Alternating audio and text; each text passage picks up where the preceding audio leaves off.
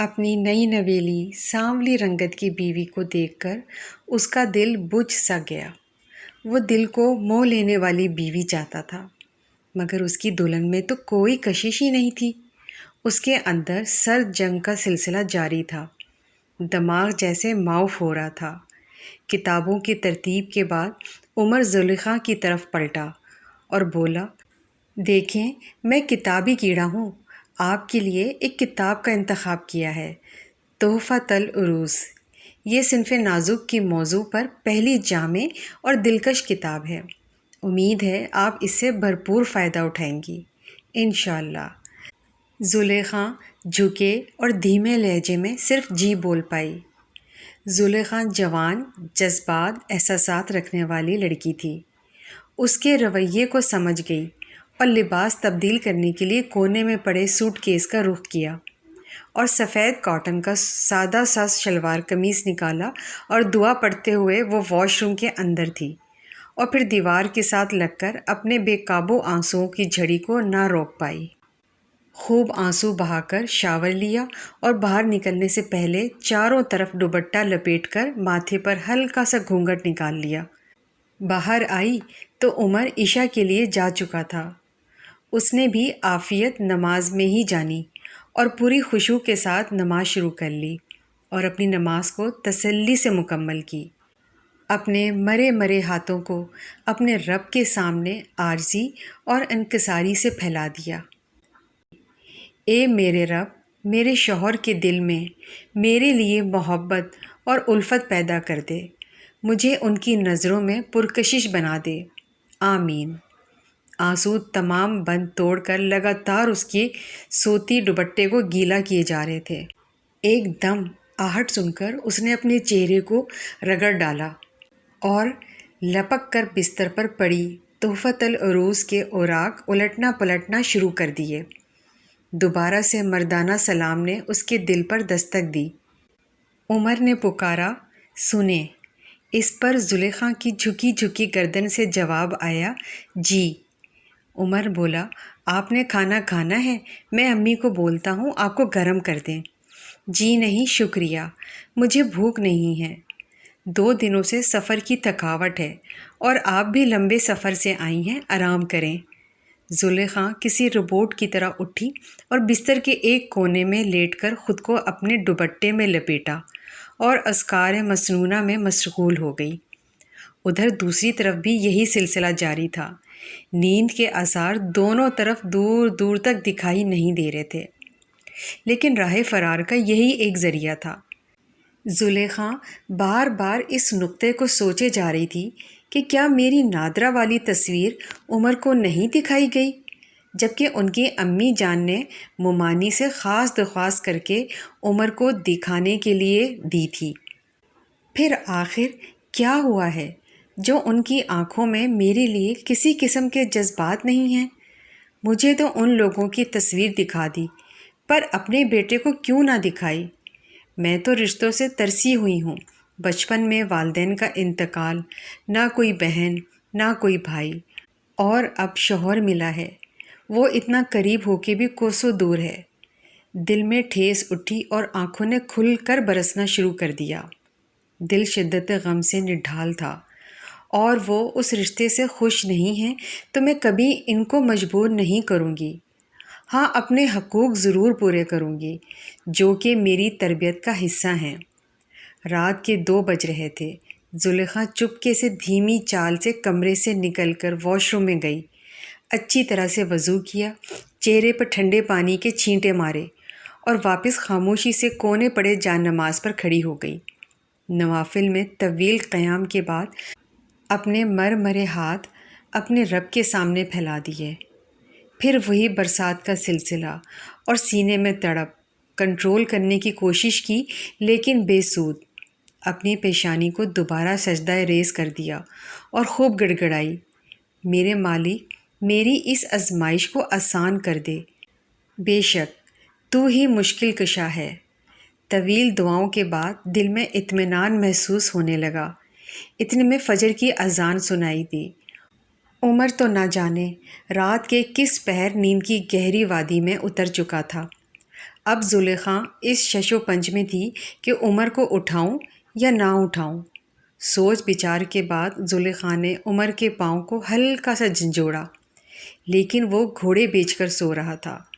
آخر تیسری کوشش پر ہڑبڑا گیا، آنکھیں ملی تو دیکھا زلیخا بولی، آپ کی فجر کی نماز نکل جائے گی۔ عمر دل ہی دل میں خوش ہوا، چلو محترمہ نماز کی تو پابند ہے، فوراً اٹھ کھڑا ہوا، وضو کر کے مسجد کا رخ کیا۔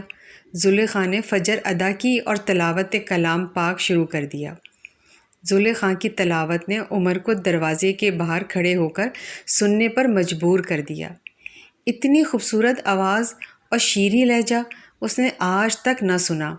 وہ دل ہی دل میں داد دے گیا۔ عمر کمرے میں داخل ہوا، بابا نے آواز لگائی، جی بابا جان فرمائیے۔ وہ بیٹا مجھے لگتا ہے ہمیں تو کل اتوار کا ولیمہ ملتوی کرنا پڑے گا۔ سب خیریت ہے نا بابا جان؟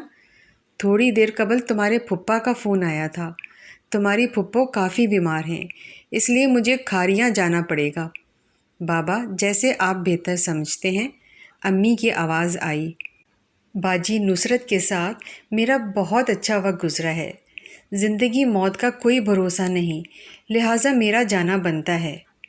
پر عمر کی ماں یہاں نئی نویلی دلہن اکیلی ہے، اس کو گھر کی کسی چیز کا پتہ نہیں ہے۔ بابا بولے، عمر کی ماں پھر سے سوچ لو۔ ارے آپ کیوں گھبراتے ہیں، میرا عمر ہے نا زلیخا کا خیال رکھنے کے لیے۔ یہ سن کر ایک دم سے زلیخا کے دل میں ٹھیس اٹھی اور چند سیکنڈوں میں امی اور زلیخا کچن میں جا چکے تھے۔ بابا بولے، ہماری غیر موجودگی میں تم نے بہو کا خاص خیال رکھنا ہے، اس بچی نے یتیمی کی زندگی گزاری ہے۔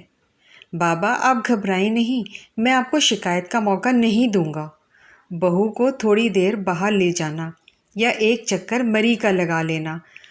سوچوں میں گم عمر فوراً جی ہی بول پایا، اچھا بیٹا ہم ابھی ناشتے کے بعد نکلیں گے۔ عمر دوبارہ سونے کے لیے پر تولنے لگا، جبکہ زلیخا امی کے ساتھ خوش گپیوں میں مصروف ہو گئی اور ساتھ ساتھ ہر چیز کا جائزہ بھی لینے لگی۔ ماموں کے گھر کتنی غربت تھی، یہاں ہر چیز کتنی نفیس ہے، کاش ان چیزوں کا مالک بھی میرا ہو جائے، میں تو عمر کے ساتھ اکیلی رہ جاؤں گی اور انہیں تو میرے میں کوئی دلچسپی ہی نہیں ہے۔ عمر نے 5 منٹ بعد روکتے ہوئے پوچھا، یہ کیا ہو رہا ہے؟ جی وہ میں کپڑے دھو رہی ہوں۔ کوئی بھی بیوی ایسے کارنامے سر انجام نہیں دیتی بلکہ نخرے اٹھواتی ہیں، یہ سب میری تربیت کا اثر ہے، اور ویسے بھی مجھے فارغ بیٹھنا پسند نہیں ہے، فارغ انسان تو شیطان کا گھر ہے۔ عمر بڑی حیرانی سے اس کی باتیں سن رہا تھا۔ اچھا جی، جیسے آپ کی خوشی، وہ گویا ہوا اور بڑھ کر اس کو مضبوطی سے تھام لیا اور بولا، محترمہ آپ کا یہ شوق میرا کچومر نکال دیں گے، اگر کوئی ہڈی پسلی ٹوٹ جاتی تو بابا نے میری ہڈیاں بھی توڑ دینی تھیں، لہٰذا ہوش کے ناخن لیں۔ زلیخا یکدم سنبھلی اور شرمندگی سے بولی، کوشش کروں گی آئندہ شکایت کا موقع نہیں دوں گی۔ جائیں جا کر کپڑے بدلیں، میں سب فارغ کرتا ہوں۔ کمرے میں آ کر لمبی سانس کھینچی، سوٹ کیس سے سادہ سا فیروزی سوٹ نکالا، شاور لیا اور سیدھی کچن میں پراٹھے بنانے لگی۔ باہر دیکھا تو عمر کپڑوں کو پھیلانے کی تگ و دو میں مصروف تھے۔ پراٹھے اور چائے میز پر سجائی اور دھیمے لہجے میں عمر کو پکارا۔ اندر آتے ہی عمر کی نظر زلیخا کے گھٹاؤں جیسے کالے لمبے بالوں پر پڑی، جن سے پانی کی بوندیں موتیوں کی طرح ٹپک رہی تھیں۔ دل ہی دل میں بولا، سانولی تو ضرور ہے لیکن خوبیوں سے بھرپور ہے۔ دوبارہ عمر نے پکارا، آئیں جی ادھر بیٹھیں۔ کرسی کھینچ کر سامنے بیٹھ گئی۔ میری طرف دیکھیں، عمر نے نرمی سے مخاطب کیا۔ زلیخا نے یکدم نظریں اٹھائیں اور پھر فوراً نیچے جھکا لی۔ آپ کو شکریہ کے لیے بلایا تھا، ظہر کے بعد ہم دامنے کوہ جائیں گے اور اس کے بعد عصر فیصل مسجد میں انشاءاللہ۔ آپ پہلے کبھی پنڈی آئی ہیں؟ جی کبھی بھی نہیں، میں تو صرف جہلم سے دینا اور دینا سے جہلم تک ہی محدود تھی۔ ظہر کی نماز کے بعد نو بیاتہ جوڑا دامنے کوہ کی طرف روانہ تھا۔ عمر نے خاموشی توڑی۔ آپ بولتی بہت کم ہیں۔ جی میں بولتی ہوں بوقت ضرورت۔ اچھا مجھے 1 سے 100 تک کی گنتی سنائے جی۔ زلیخا نے سارا پہاڑا سنا دیا۔ دونوں دامنے کو پہنچ چکے تھے۔ گہرے سرسبز اور سفیدے کے درخت ناہموار زمین پر دونوں ایک کونے میں جا بیٹھے۔ زلیخا پھر سے خاموش اور سوچوں میں گم۔ عمر نے سوال داغا، آپ کی تعلیم کتنی ہے اور شادی سے پہلے کیا مصروفیت تھی؟ پرائیویٹ BA کیا ہے، مدرسے میں قرآن اور گھر میں ٹیوشن پڑھاتی تھی۔ آپ کے والدین کو کیا ہوا تھا؟ میں 2 سال کی تھی تو ایکسیڈنٹ میں انتقال کر گئے اور پھر میرے ماموں نے میری کفالت کی ذمہ داری لے لی۔ بچپن سے آج تک غربت کے باوجود دونوں نے دین کو نہیں چھوڑا اور میری دینی تربیت کی۔ الحمدللہ زلیخا اپنا دل کھول رہی تھی۔ سنیں، آپ کو میرا سانولا رنگ پسند نہیں ہے؟ اس پر عمر نے جواب دیا، کل رات تک نہیں تھا، لیکن تہجد کی نماز اور تلاوت قرآن نے آپ کو دنیا کی سب سے خوبصورت عورت بنا دیا ہے۔ مجھے فخر ہے کہ میری صحیح العقیدہ اور سنت سے لگاؤ رکھنے والی بیوی میری مضبوط نسل کو پروان چڑھائے گی انشاءاللہ۔ میں داد دیتا ہوں امی ابا کی پسند کو۔ زلیخا مراد آپ میری دلہن ہیں۔ آپ میری پاکیزہ با کردار اور باحیا دلہن ہیں، جس کی اعلیٰ تربیت نے میرے دل میں کامیابی کے جھنڈے گاڑ دیے ہیں۔